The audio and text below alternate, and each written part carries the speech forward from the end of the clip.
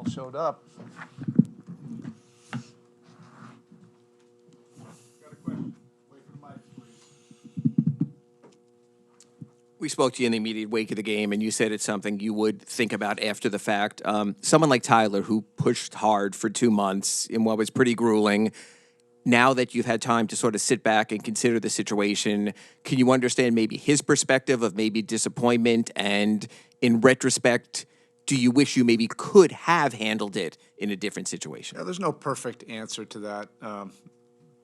But certainly, yes, I do have empathy for Tyler. And he's a competitor, so I know how he felt after the game. He is like all of our guys in our locker room. They want to contribute. They wanted to do whatever they had to do to try to help the team win. And he is a great competitor. I did not have to ask him how he felt after the game. That's what makes him who he is, and that's the part I love about him. They're not easy decisions, and that was such an extreme circumstance that there's not an easy answer to that.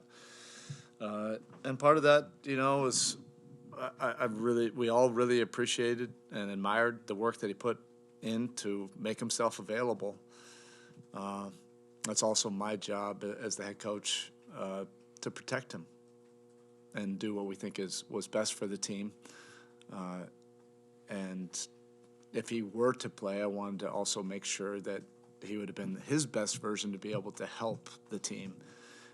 And there's no knowing for sure, but I do know that was just a totally unusual circumstance that you really can't compare to anything else that we may have experienced.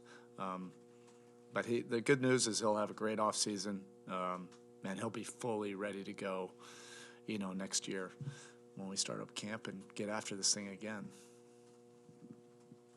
Hi, Coach. I know it's only been 24 hours, but emotionally, where are you at? Just coming up short, but the incredible run that your team went on starting in training camp. Yeah, about the same, that I felt the other night, or how I anticipated I would feel. It's going to take some time. That's what all of us will probably, go through, for whatever, a few weeks, a few months, maybe. I mentioned this after the game, that we're hardwired to compete for that championship every single year. We're going to get right back at it, in training camp next year.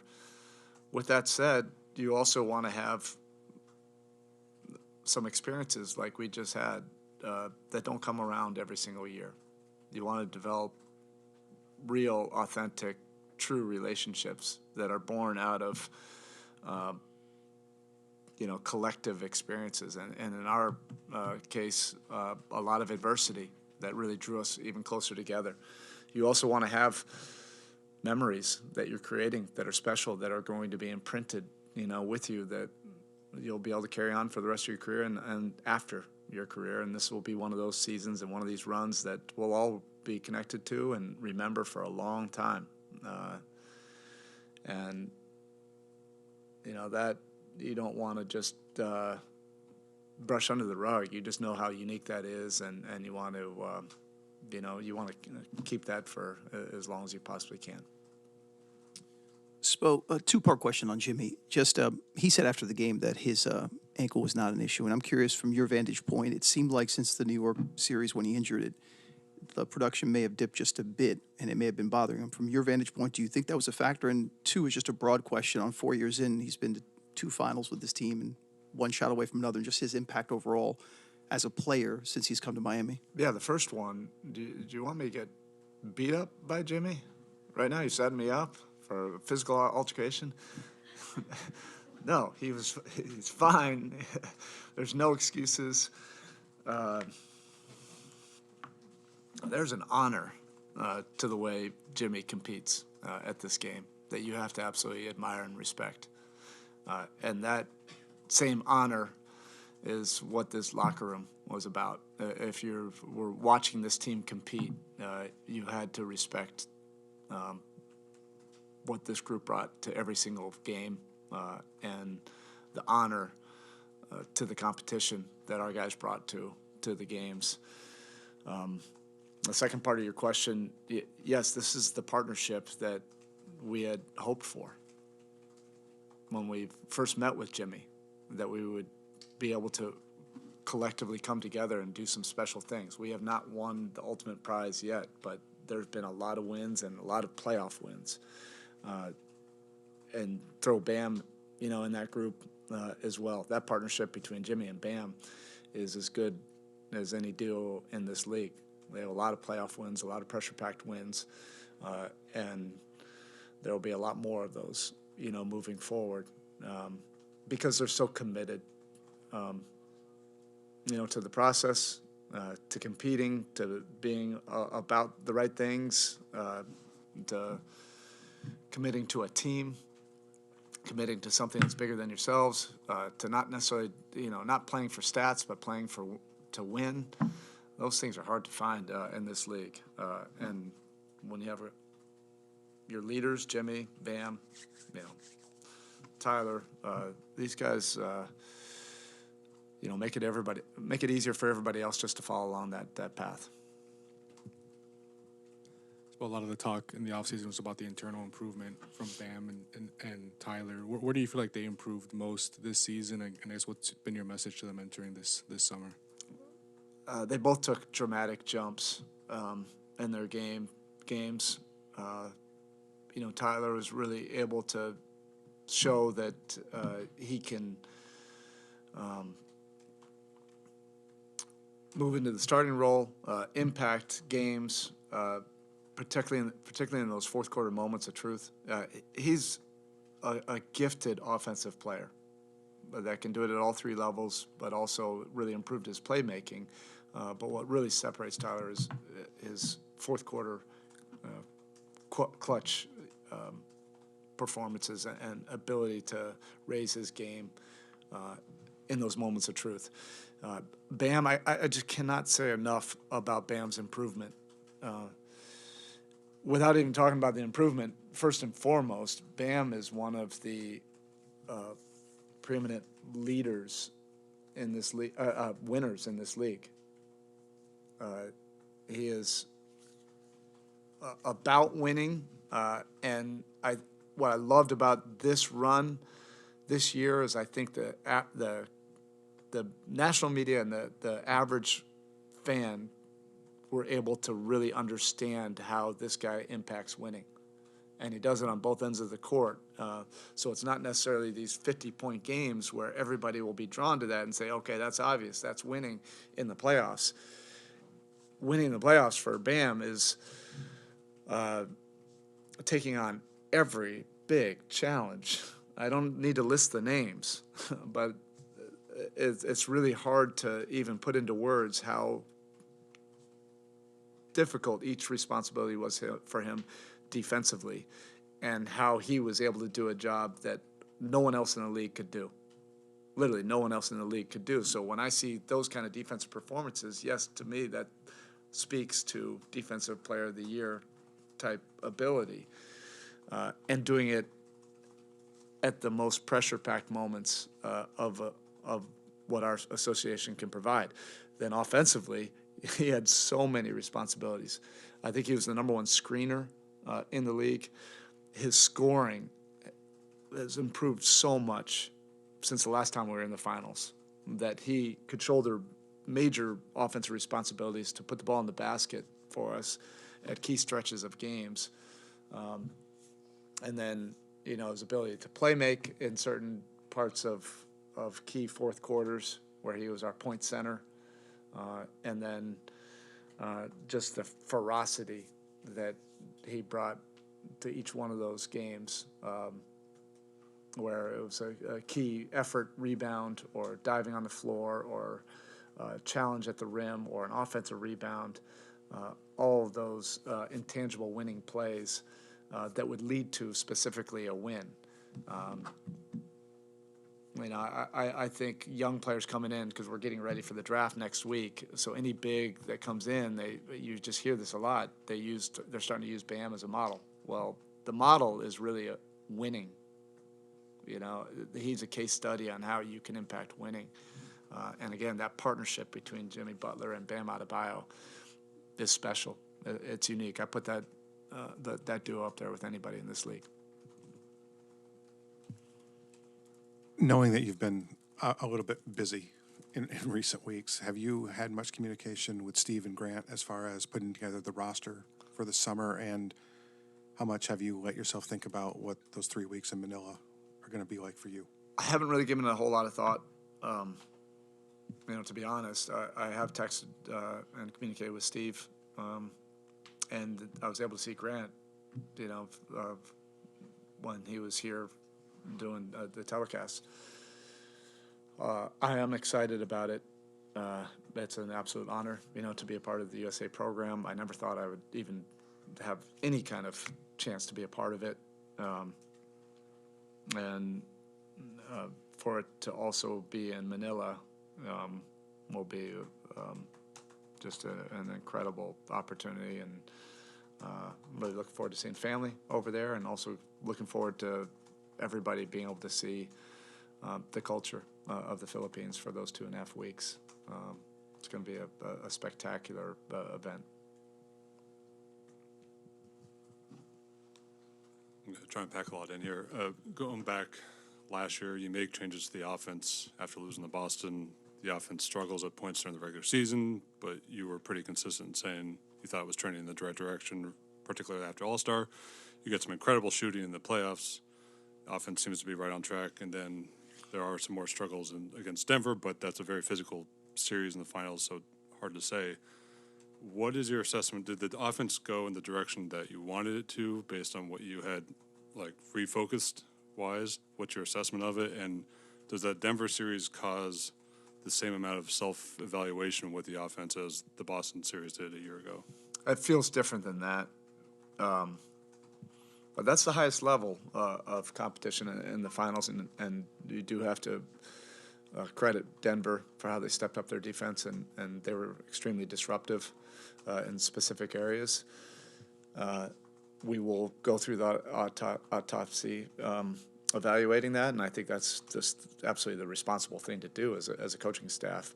But it feels different than last year, and it felt different than what we experienced with Milwaukee 3 or 4 years ago, where we knew we had to make some schematic improvements and player development improvements, at least in key areas.